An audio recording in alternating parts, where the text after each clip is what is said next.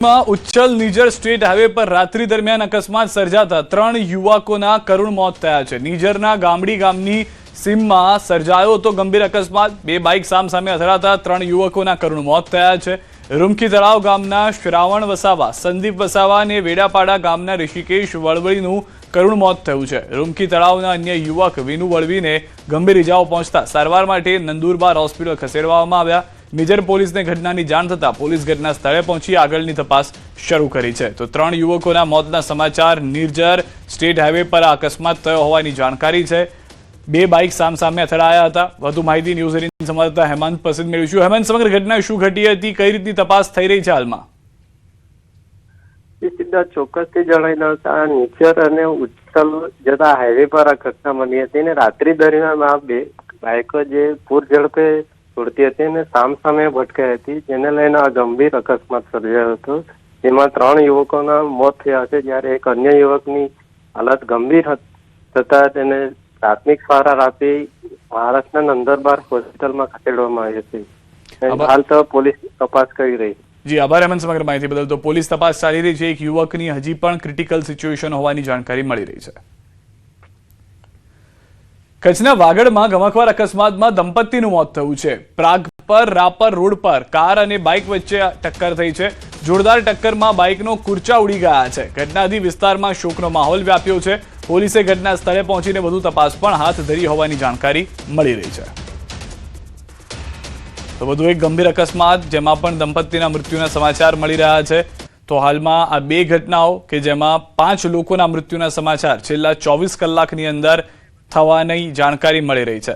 બે અલગ અલગ ઘટનાઓ, તાપીની પણ ઘટના જોઈ જેમાં પણ બાઇક ચાલકો સામસામે ટકરાયા હતા। આ તરફની બીજી ઘટના કે જ્યાં કચ્છમાં પણ એ રીતની પરિસ્થિતિ જોવા મળી છે કે જ્યાં આગળ કાર અને બાઇક વચ્ચે અકસ્માત થયું હતું। કચ્છના વાગડમાં અકસ્માતમાં 2 લોકોના મૃત્યુ થયા છે, જે દંપતી હતું તેનું।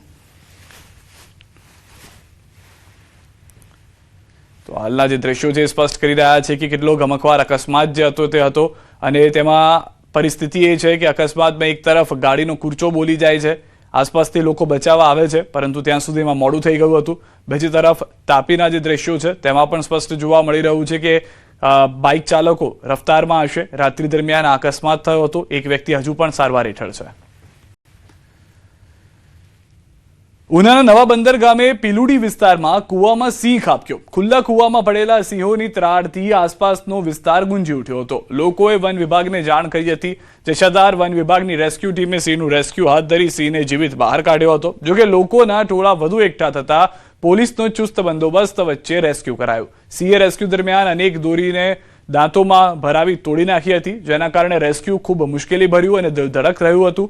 આખરે 30 મિનિટની જહેમત બાદ સિંહને હેમખેમ બહાર કઢાયો। સિંહને દશાધાર એનિમલ કેર સેન્ટર લઈ જવામાં આવ્યો છે।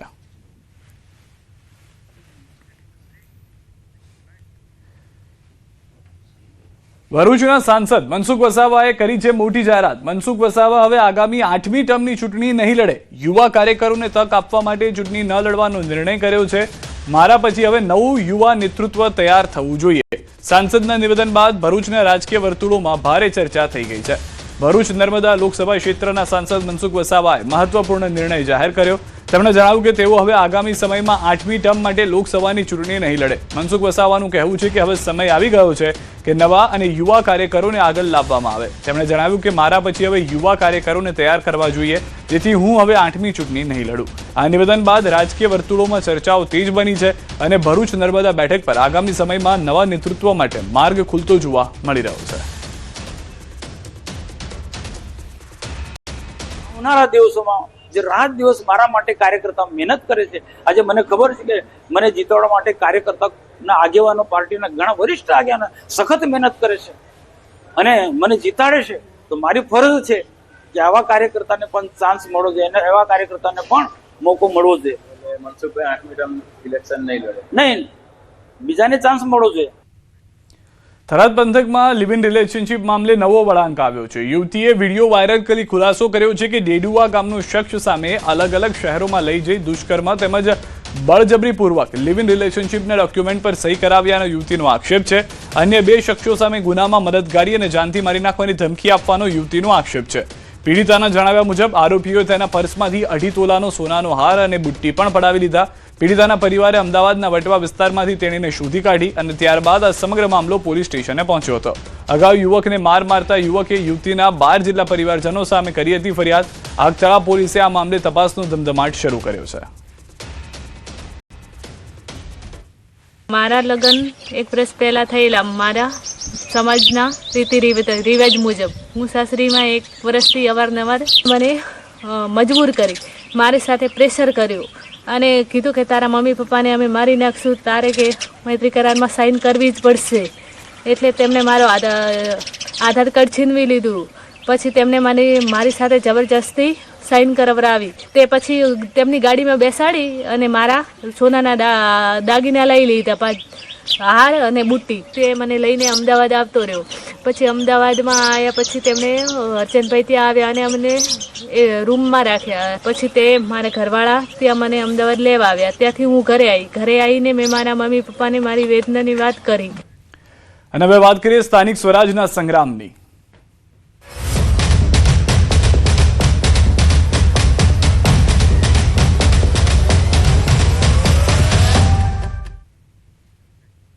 વાવથરા જિલ્લાના મહિલા કોંગ્રેસ ઉપપ્રમુખ ભાવનાબેન ઠાકોર જે નારાજ જોવા મળી રહ્યા છે. કોંગ્રેસમાંથી ટિકિટ કપાતા ભાવનાબેન ઠાકોર ભાજપ સાથે જોડાઈ ગયા છે. ભાવનાબેન ઠાકોરની છેલ્લા ઘડીએ ટિકિટ કપાતા કોંગ્રેસ સાથે છેડો ફાડ્યો છે. એમએલએ કેસાજી ચૌહાણ પૂર્વ એમએલએ અનિલ માળીની ઉપસ્થિતિમાં ભાજપમાં જોડાયા છે. ઠાકોર સમાજના મહિલા આગેવાન સમર્થકો સાથે ભાજપમાં જોડાયા હોવાની જાણકારી મળી રહી છે. તો અત્યારના નારાજગીનો જે દોર છે તે યથાવત જોવા મળી રહ્યો છે. ન્યૂઝ રીન સંવાદદાતા કિશોર અમારી સાથે જોડાઈ ગયા છે. કિશોર, કેટલા આંચકાજનક સમાચાર કોંગ્રેસ માટે અને ભાજપ માટે, કેટલા સારા સમાચાર? ચોક્કસથી જે કોંગ્રેસના ગઢમાં ગાબડું પડ્યું તેવું કહી શકાય છે, કારણ કે ધારાસભ્ય કેસાજી ચૌહાણ અને પૂર્વ ધારાસભ્ય અનિલ માળીના હસ્તે જે જિલ્લાના મહિલા ઉપપ્રમુખ હતા તેમને ભાજપ સાથે જોડવામાં આવ્યા છે. ખાસ કરીને વાવથરા જિલ્લાના જે મહિલા કોંગ્રેસ ઉપપ્રમુખ હતા ભાવનાબેન ઠાકોર, તેઓની ટિકિટ કપાતા અને તેના સમર્થકો અને તેઓ નારાજ હતા કોંગ્રેસથી અને આખરે તેમને કોંગ્રેસ છોડીને ભાજપ સાથે કેસરિયા કર્યા છે અને ભાજપના જે ધારાસભ્યના હસ્તે કેસરિયા ધારણ કર્યા છે અને ઠાકોર સમાજના મહિલા આગેવાન સાથે અન્ય સમર્થકો પણ ભાજપમાં જોડાતા હવે રાજકારણ ગરમાયું છે. જી આભાર સમગ્ર માહિતી બદલ કિશોર. આ તરફ ગાંધીનગર જિલ્લાના કાલોલ તાલુકા પંચાયતની ચૂંટણીને લઈને વિવાદ ઉભો થયો છે. કોંગ્રેસ પક્ષે સાંતેજ પોલીસ સ્ટેશનના પીઆઈ મુચાળ અને એલસીબી પીઆઈ ડીબી વાળા સામે ગંભીર આક્ષેપ કર્યા. કોંગ્રેસનો આરોપ છે કે ચૂંટણી દરમિયાન પોલીસ અધિકારીઓ તેમના ઉમેદવારો અને કાર્યકરોને ધાક ધમકી આપી રાજકીય હસ્તક્ષેપ કરી રહ્યા છે. આ મામલે કોંગ્રેસે પ્રાંત અધિકારીને આવેદનપત્ર આપી યોગ્ય તપાસ અને કડક કાર્યવાહી કરવાની માંગણી કરી છે, જેને કારણે રાજકીય માહોલ ગરમાયો છે. ભારતીય જનતા પાર્ટીની જિલ્લા પંચાયતના જે સભ્યો છે એ કઈ રીતે બિનહરીફ થાય એવી તાલુકાના પંચાયતો પણ બિનહરીફ થાય એવી જે કામગીરી મુસાળ દ્વારા કરવામાં આવી પીઆઈ સાથે દ્વારા એની સાથે અમને સખ્ત વાંધો છે. અમે આપને આજે રજૂઆત કરીએ છીએ. કલેક્ટરશ્રીને પણ પત્ર લખ્યો છે. કાલે મેં મુખ્ય ચૂંટણી અધિકારીને પણ વાત કરી હતી. રેન્જ અમારા યાદવજી સાહેબને પણ વાત કરી હતી. એ પણ છતાંય એમનામાં 1% ફેરફાર કે કોઈની ફોનની અસર થઈ હોય એવું ઊંડા લાગતું નથી. રાજકોટની દક્ષિણ વિધાનસભા બેઠકમાં કાર્યકર્તાઓમાં સંતોષ યથાવત જોવા મળી રહ્યો છે. કાર્યકરો દ્વારા પ્રદેશ પ્રમુખ જગદીશ વિશ્વકર્માને રજૂઆત કરવામાં આવી છે. વોર્ડ નંબર 13ના મહિલા મોરચાના પૂર્વ પ્રમુખ નયના ગોહિલ અને વોર્ડ 17ના પૂર્વ પ્રમુખ વિઠ્ઠલભાઈ પટેલે નારાજગી વ્યક્ત કરી છે. સગા સંબંધીઓને ટિકિટ આપવામાં આવી હોવાનો આક્ષેપ સાથે પોતાની રજૂઆત કોઈ સાંભળતું નથી તેવી ફરિયાદ પણ કરવામાં આવી છે. ટિકિટ આપવાની બાંહેધરી આપવામાં આવી હોવા છતાં અંતે ટિકિટ ન મળતા કાર્યકરોમાં રોષ જોવા મળી રહ્યો છે. વોર્ડ નંબર 13માં વોર્ડ પ્રમુખ બે વાર રહી ચૂકી છો, 2 વાર મંત્રી બની ચૂકી છો અને કેન્સર કાર્ડમાં કીમો લઈને હું દોડી છું. રમેશભાઈને ખબર છે, રૂપાલા સાહેબને ખબર છે. એને કીધું બેન આરામ કરો કે, અને આવતી વખતે ટિકિટ પાકી એવું વચન આપેલું છે માધવ સરે, અને અત્યારે નહીં હોદો નહીં કાંઈ એક વસ્તુ નહીં. મારી ફાઇલ અહીંયા નથી પહોંચાડી તો એટલે અમે રજૂઆત કરવા આવ્યા હતા કે મારી ફાઇલ તમારી રીતે પહોંચે. અત્યારે એમ કીધું જોઈ લેશો બેન, અત્યારે એવું એને કીધું આપણને. હવે કાંઈ ન થાય પણ તો એને સુધી વાત પહોંચાડવામાં જરૂર હતી. અમે પૂરી નિષ્ઠાથી કામ કરીએ છીએ. 35 વર્ષથી ભાજપનો કાર્યકર છું. વોર્ડમાં 2 વાર પ્રમુખ રહ્યો છું, 1 વાર મહામંત્રી રહ્યો છું, 2 વાર ઉપપ્રમુખ રહ્યો છું, 1 વાર કોષાધ્યક્ષ રહ્યો છું, 7 વાર હું સક્રિય સભ્ય રહ્યો છું. 35 વર્ષ ત્યાં આના વોર્ડમાં કામ કરું છું. મારી ટિકિટ ફાઇનલ થઈ ગઈ હતી. છેલ્લી ઘડીએ ભાજપના આગેવાનો રાજકોટના અને ધારાસભ્યશ્રીએ મારી ટિકિટ કપી છે કે તમે બીજા વોર્ડમાં રહ્યો છો, બીજા વોર્ડમાં તમારું મતદાર યાદીમાં નામ છે. તો 35 વર્ષ સુધી મેં કામ કર્યું આ વોર્ડની અંદર, ત્યાં સુધી પાર્ટી ક્યાં ગઈ હતી? તો ભાવનગર મહાનગરપાલિકાની આગામી ચૂંટણીને લઈને રાજકીય માહોલ ગરમાયો છે. ચૂંટણી માટે આજથી શહેર ભાજપ ચૂંટણી પ્રચારના શ્રી ગણેશ કર્યા. પૂર્વ પ્રદેશ અધ્યક્ષ આરસી ફળદુ અને કેન્દ્રીય મંત્રી નીમુબેન બાંભણિયા રહ્યા હાજર. ભાજપ કાર્યાલય ખાતે જનસેવા સંકલ્પ સભા યોજી. ભાજપમાં 52 ઉમેદવારોને લેવડાવ્યા શપથ. ઉમેદવારોએ લીધો પ્રજાની સેવા અને ભાજપના વિજયનો સંકલ્પ. રણ મેદાનમાં ઉતરવા કાર્યકરો સજ્જ થયા. આ સંકલ્પ કાર્યક્રમમાં શહેર ભાજપ પ્રમુખ કુમાર શાહ, ધારાસભ્ય સેજલબેન પંડ્યા, તુલસીભાઈ પટેલ, યોગેશભાઈ બદાણી સહિતના આગેવાનો હાજર રહ્યા. અને નિષ્ઠાવાન કાર્યકર્તાઓ મહાનગરપાલિકાને વધારે લીડ અપાવે અને ઉમેદવારો જીતે એ પ્રકારના આયોજન માટે માનનીય ફળદુ સાહેબ દ્વારા અમને માર્ગદર્શન મળ્યું છે.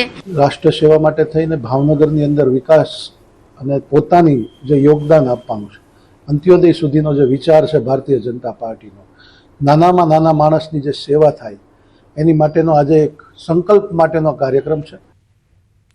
તો ડાંગમાં સ્થાનિક સ્વરાજ્યની ચૂંટણીને લઈને ફોર્મ ભરાયા બાદ પણ રાજકીય તોડજોડ યથાવત જોવા મળી રહ્યું છે. સામગાહન જિલ્લા પંચાયત બેઠક પર કોંગ્રેસે નવી રાજકીય ચાલ ચાલતા ભાજપમાં નારાજગીનો માહોલ ઉભો થયો.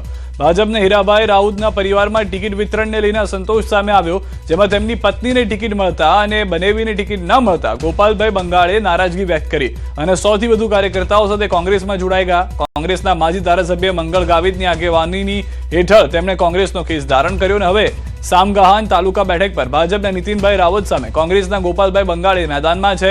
બંને વચ્ચે મામા ભાણેજનો સંબંધ હોવાને કારણે આ ચૂંટણી વધુ રસપ્રદ બની છે. એક જ પરિવારના સભ્યો, કાકી ભત્રીજો અને બનેવી વચ્ચે ત્રિપાંખીઓ જંગ જામતા ડાંગના રાજકારણમાં આ બેઠક સૌથી વધુ ચર્ચાનો વિષય બની છે.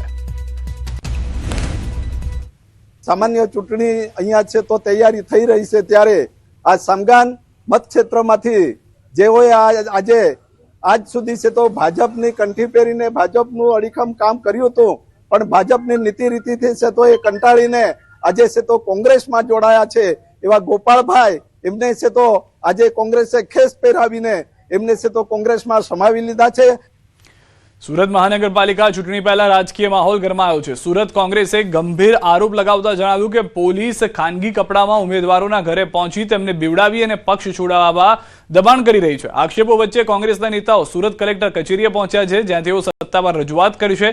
કોંગ્રેસે દાવો કર્યો છે કે અગાઉની જેમ આ વખતે પણ ઉમેદવારોને તોડવાનો પ્રયાસ થઈ રહ્યો છે, જેને લઈને શહેરમાં રાજકીય ખળભળાટ મચ્યો છે.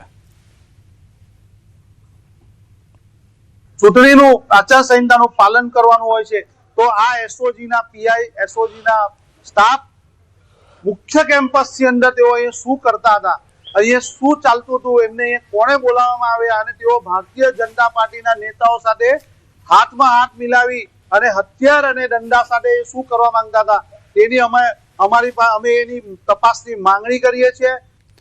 સુરત જિલ્લામાં ભાજપે પલસાણા તાલુકા પંચાયતની ચૂંટણીમાં ખાતું ખોલ્યું છે. વરેલી એક બેઠક પર ભાજપના ઉમેદવાર નેહાબેન સંજયભાઈ રાઠોડ બિનહરીફ ચૂંટાઈ આવતા ચૂંટણી પહેલા જ આ બેઠક પર કેસરીઓ લહેરાયો છે. આ જીતને લઈને ભાજપના કાર્યકરોમાં ભારે ઉત્સાહ પણ જોવા મળી રહ્યો છે અને જિલ્લામાં રાજકીય ગરમાવો પણ વધ્યો છે. આ એક પલસાણા તાલુકાની વરેલી બેઠક જે છે એ બેઠકના ઉમેદવાર બિનહરીફ થવા પામ્યા હતા. આપણે જે બિનહરીફ થયેલા જે નેહાબેન છે એમની સાથે વાતો કરવાનો પ્રયાસ કરીશું. જે તમે બિનહરીફ થયા છો, કેવી ખુશી, શું કહેશો? મને ખૂબ આનંદ થાય છે. ભારતીય જનતા પાર્ટીમાં વરેલી બેઠક પરથી દાવેદારી કરી હતી અને પાર્ટીએ મને ટિકિટ આપી હતી અને ગઈકાલે મેં ઉમેદવાર ફોર્મ ભર્યું હતું, પરંતુ મારી સામે અન્ય કોઈ પક્ષ કે ઉમેદવાર ફોર્મ નહીં ભરતા હું મારી પલસાણા તાલુકા પંચાયતની વરેલી એક બેઠક પરથી બિનહરીફ થઈ છું. એ બાબતે ભારતીય જનતા પાર્ટી તેમજ પલસાણા તાલુકા ભાજપ સંગઠન સહિત તમામ લોકોનો આભાર માનું છું. વરેલી બેઠક ઉપરથી નેહાબેન રાઠોડ બિનહરીફ થતા ભાજપ પરિવારમાં ખુશીનો માહોલ છે, તદુપરાંત પરિવારમાં પણ ખુશીનો માહોલ અને સમગ્ર વરેલી ગામ, વરેલી એક નંબરના જે મતદારો છે એ મતદારોમાં પણ ખુશીનો માહોલ જોવા મળી રહ્યો છે. કેતન પટેલ, ન્યૂઝ 18 ગુજરાતી, વરેલી, સુરત. જૂનાગઢમાં વધતી ગેરકાયદેસર વ્યાજખોરી સામે હવે પોલીસ તંત્ર એક્શનમાં આવ્યું છે. સામાન્ય નાગરિકોને વ્યાજખોરોના ત્રાસમાંથી રાહત અપાવવા જિલ્લા પોલીસ દ્વારા ભવ્ય લોક દરબારનું આયોજન કરવામાં આવ્યું, જેમાં મોટી સંખ્યામાં પીડિતોએ હાજરી આપી પોતાની વ્યથા રજૂ કરી. પોલીસ વડા સુબોધ ઉડેદરાના માર્ગદર્શન હેઠળ યોજાયેલા લોક દરબારમાં અરજદારો દ્વારા આર્થિક શોષણ, ધમકીઓ અને બળજબરીના ગંભીર આક્ષેપો કરવામાં આવ્યા. પોલીસ દ્વારા દરેક અરજી સ્વીકારી કડક કાર્યવાહી કરવાની ખાતરી આપવામાં આવી, જેથી ગેરકાયદેસર વ્યાજખોરી પર અસરકારક રોક લગાવી શકાય.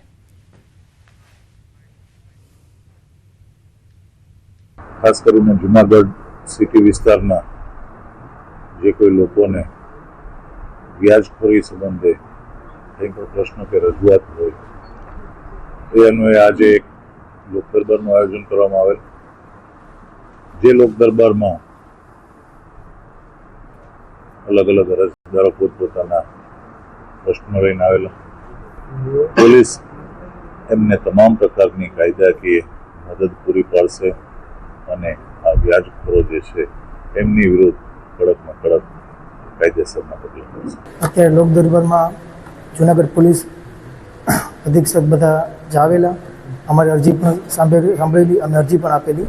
જે વ્યાજખોરીના ઘૂસણખોરથી આ લોકો છુટકારો દેવા માટે એક સારો પ્રયત્ન કરેલ છે. જુનાગઢ પોલીસને મારા તરફથી ખૂબ ધન્યવાદ કે એ લોકો અમારી અરજી લીધેલ છે, અમારે રજૂઆત સાંભળી છે સારી રીતે અને એમને સારું પ્રોત્સાહન જવાબ આપેલ છે.